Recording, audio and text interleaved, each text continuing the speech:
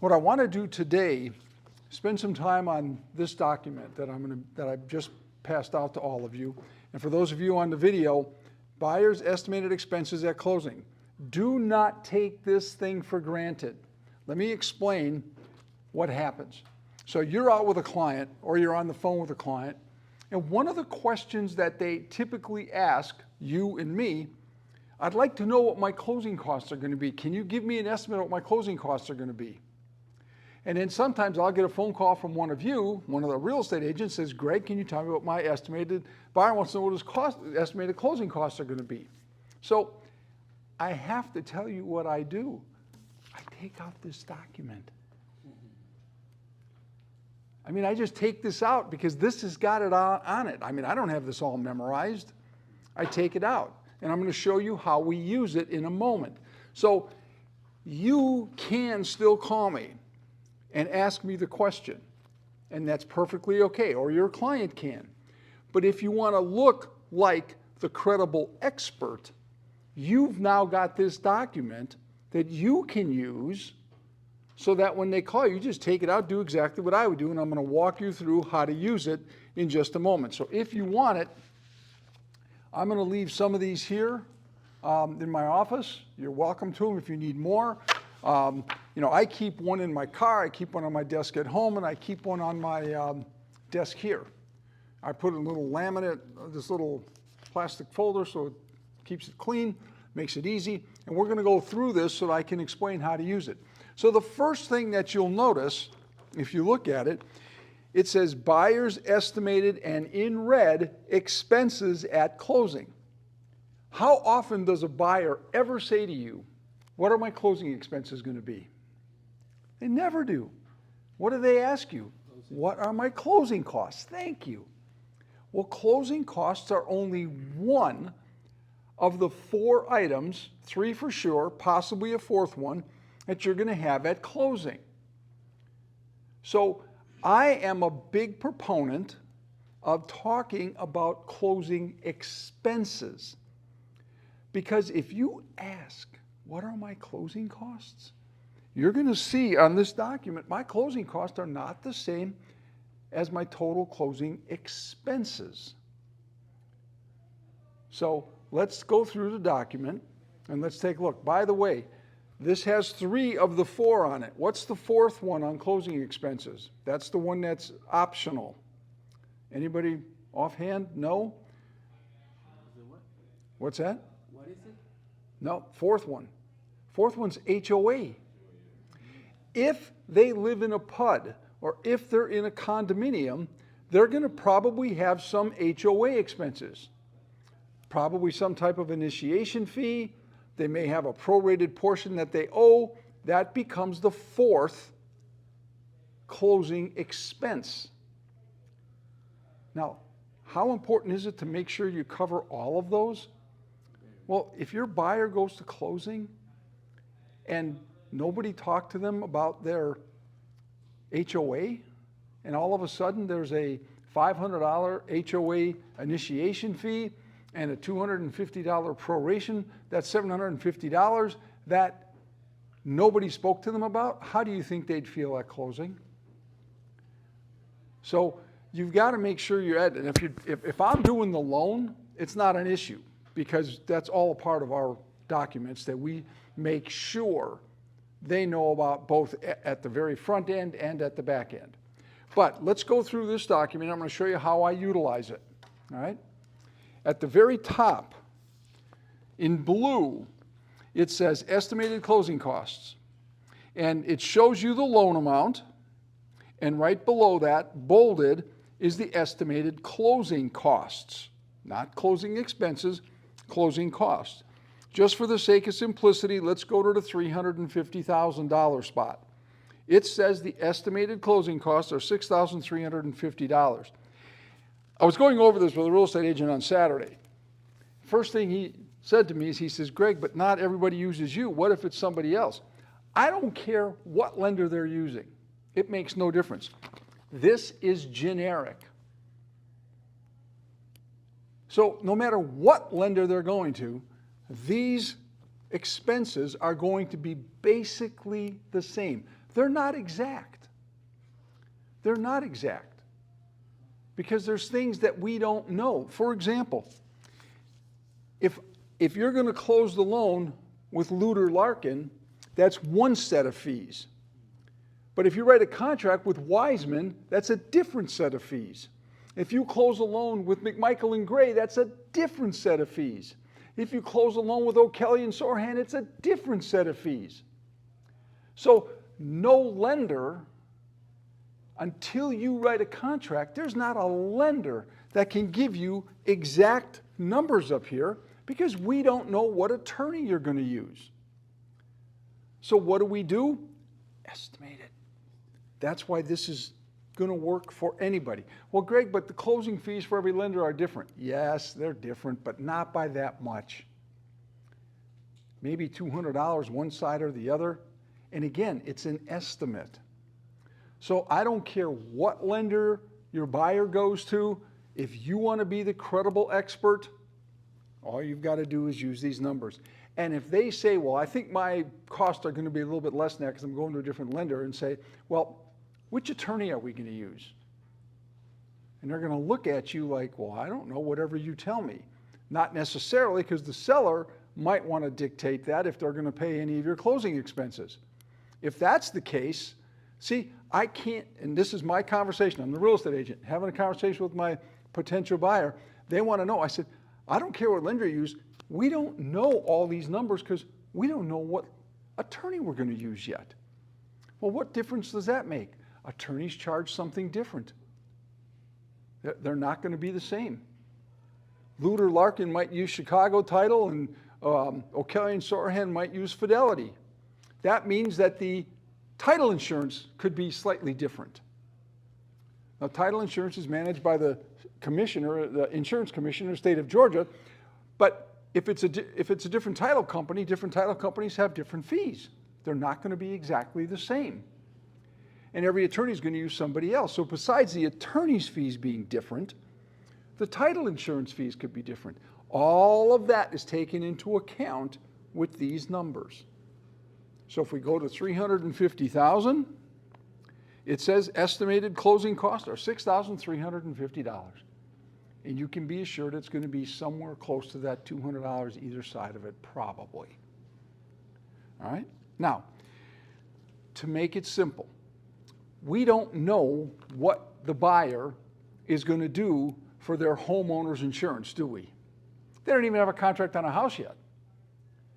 So all we can do is estimate what the homeowner's insurance might cost. If they're buying a brand new home, well, the cost is going to be terribly low. If they're buying a home that was built in the 1950s and hasn't been updated and the roof is old, it's probably going to be a little bit higher. We don't know that until they find the house and they get their insurance. I don't set up their insurance. You don't set up their insurance. They set up their insurance. But we have an estimate. I mean, I have a pretty good idea. If somebody buys a home for $350,000, it's very likely they're going to be, if you just slide straight down, they're going to be pretty close to $1,700 annually for homeowners insurance. Again, if it's a brand new home, that might only be $900. If it's an old home, it might be $2,000, maybe even $2,100. If their credit scores are 800, it might be 1,400. If their credit scores are 603, it might be 2,000. But on a ballpark, as an estimate, it's going to be about $1,700. That's a safe number to use. Now, if you'll notice on the next line, it says prepaid interest, and just below that it says prepaid interest assuming closing on the 22nd of the month. When I showed this to my wife, I finished it up. She said, well, why did you pick the 22nd of the month? And I said, for a couple of reasons. First of all, if I put the 7th of the month, that number is going to be really high and it's going to scare the buyer. So I'm not going to put the 7th, because the closer to the beginning of the month they close, the higher that prepaid interest is going to be. I don't want to put it down to the last day of the month for the same reason. We got to make sure they know about their HOA if there is one. If I put the last day of the month and they close on the 22nd, there's prepaid interest that we didn't tell them about. I don't want to do that. So I want to pick a number that's going to be reasonable. So I'm saying 8 to 9 days of the month. So that being the case, prepaid interest, $350,000, is roughly $499 if they close on the 22nd of the month. Okay? Now, in bold, right below that, total prepaids, which are the HOI and interest, is $2,199. Now, before we talk about estimated escrows, I want you to look below that where it says how to calculate buyer's estimated closing expenses at closing. You'll notice in blue it says start with total closing costs for the associated loan amount. In this case, $350,000, $6,350. So we know that one. I write it down or put it into my trusty little calculator. Now, then it says plus total prepaids for associated loan amount. Well, $350,000, $2,199. So I'm going to add the $2,199 to the $6,350. Now this is important. Plus total escrows based on the home's actual property taxes. You don't automatically slide down to where it says $350,000 and go to in yellow where it says property tax estimate $3,500. Don't just automatically do that. Look up the taxes.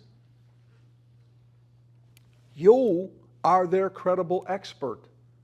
If they're looking at a specific property, most of the time in the listing, if the listing agent has done their job, it'll show you the 2022 taxes. If it shows you 2021 taxes, you might want to take a moment and look up 2022 just to make sure the numbers are accurate. But whatever the taxes are, go to the yellow line and let's just assume the taxes are $2,750. So now I go to the spot on here where it's $2,750. And I go below that, and there's my property tax escrow, $1,260. So $2,750 property taxes are escrow. It's going to be $1,260. My HOI is going to be $287, and then I've got total escrow of $1,548. So if my property taxes are $2,750, I'm not going to go to the $3,500. I'm going to use the $2,750. My escrows are going to be $1,548. Now, is that exact? No. Is it close? Absolutely. It's going to be real close. So if you call me and ask me, or your buyer calls me, guess what I'm going to do? I'm going to take out this exact sheet, and I'm going to walk through what I just did for you. And I'll be glad to do it for you and for your buyers. But if you want to be the credible expert, you can run through this as quickly as I can. It's just not complicated. And again, it makes you look like the credible expert. Jay. On insurance, don't you have to pay it up front for the whole year and add it to the escrow? Yes. And I think, Jay, that's what we did. If you go to the $350,000, go down to the $1,700, your total prepaids are $2,199. Do you see that? You see where it's... HOI estimate, okay. What's that? I see a HOI estimate. That's right. It's in the $2,199 in this example includes the entire first year's premium of $1,700, plus the 8 or 9 days of prepaid interest, giving us $2,199 for total prepaids. Because Jay's right. HOI first year is paid in full. That's why it's on here in the manner that it is. Yes? Another question about homestead. So say you buy a house and then you closed in October. So you file for homestead now. When does that reflect? A whole year later? The next year, So like, 2024. okay, and they readjust your payment, The following year, yes. like 2024? 2020, it'll affect you, yes, it'll affect you. What'll happen, Jay's question is about homestead. So let's just take this example. I bought a home, let's just say I bought a home in October of 2023 from an investor who had a home rented. And let's just say my property taxes were $3,600 for the year. That's what the investor paid in 2020. In 2022, they paid $3,600 for property taxes, and because it was a rental. So when I went to closing, my taxes, my lender used $300 a month to calculate my taxes. And I said to the lender, but I'm going to file for homestead. I get it. You will. You'll file for homestead. But when you file for homestead, it's not going to affect you until 2023. Well, yeah, but I'm going to be paying $300 a month, all the way into 2023. So what happens? So I file for homestead. As long as I file before March 31st of 2023, I file for homestead. My lender's charging me $300 a month. Now I file for homestead. The county, when they assess the taxes for 2023 for the home I bought, now sees that it's my primary residence. I've applied for homestead. So instead of my taxes being $3,600, they might be $3,100. So when they issue the tax bill in September, the tax bill is going to be for $3,100 in this example. But my lender's been collecting $300 a month, which is $3,600. What happens with that other $500? Well, by law, servicers are required to do something called a escrow analysis once a year. They will do that escrow analysis after the tax bills have been paid. Once they do that analysis, if there's an extra $500 sitting in the account, they're going to do two things. One, they're going to send you the $500. Number two, they're going to adjust your payment down. Does that answer the question? Now, that doesn't happen very often. Let me tell you what happens more often is just the opposite. So I buy a home in 2022 from a homeowner. They live in the house, and the taxes are $3,100. So for 2022, it's $3,100. So when my lender sets up my payment, they base it on $3,100. Now, we enter 2023. The county and or the city says, oh, there was a sale of this property. We had the home assessed at X, but now we see that it's sold for Y. We're going to reassess it. Oh, your 2023 taxes are not going to be $3,100. We're raising the taxes to fall in line with the actual value of the home. So your taxes are going to be $3,600 for 2023. So now we get to September. The tax bill comes out for $3,600. Servicer looks at it and says, well, wait a minute. We only have $3,100 in the account. You're $500 short. This happens too frequently. Now, when that happens, the lender is going to give you one of three choices. You can pay the $500 up front, you can pay it over 6 months, or you can pay it over 12 months. That's the first thing. They're going to give you that option. Let's assume that you decide to pay it over 12 months. They'll take the $500, divide it by 12. That's roughly $400. That's roughly $40 a month. So you're going to pay about $420. You're going to pay about $42 a month more for taxes. Then we go to step two. Step two is, well, wait a minute. We based it on $3,100. Well, $3,100 is only, $260 a month. $3,600 is $300. We're going to raise your payment in this example by $40 a month. But you're already raising it $42 a month to cover the shortage. That's right. So your payment just went up $82. How do you think your buyer or my buyer feel about that when it gets to September and that happens? They're freaked out. They're freaked out. Now, I will tell you something, and I don't mean this to come across arrogant or egotistical or anything. If they're working with me and I see that that could potentially happen, I cover it with them up front. We go to closing. I actually tell people, and I have clients who can tell you this, and they'll actually send me notes that say, gosh, I'm so glad you told me to open up a separate account. I told them open up a small checking or savings account and start putting an extra $100 a month in it. Because come September, you're probably going to have to pay some amount of money. Put an extra 100 in there so that you're prepared for it. And if it doesn't go up, fine.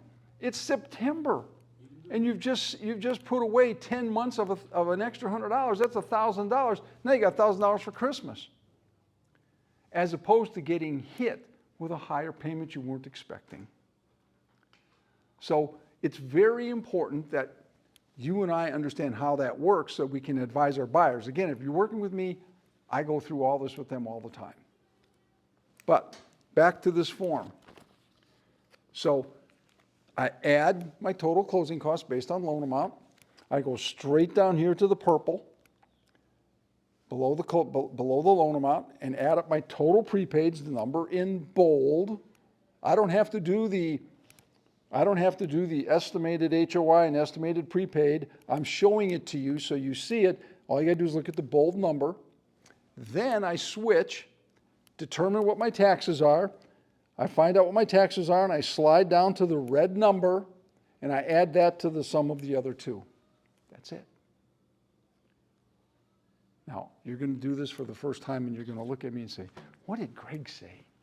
How did that work? Just call me. Once you do this 2 or 3 times, it's a piece of cake. You'll never forget it again. So before I go on and finish up, questions? Anything? Any question before I finish this up? All right, the last piece of this are the bottom numbers.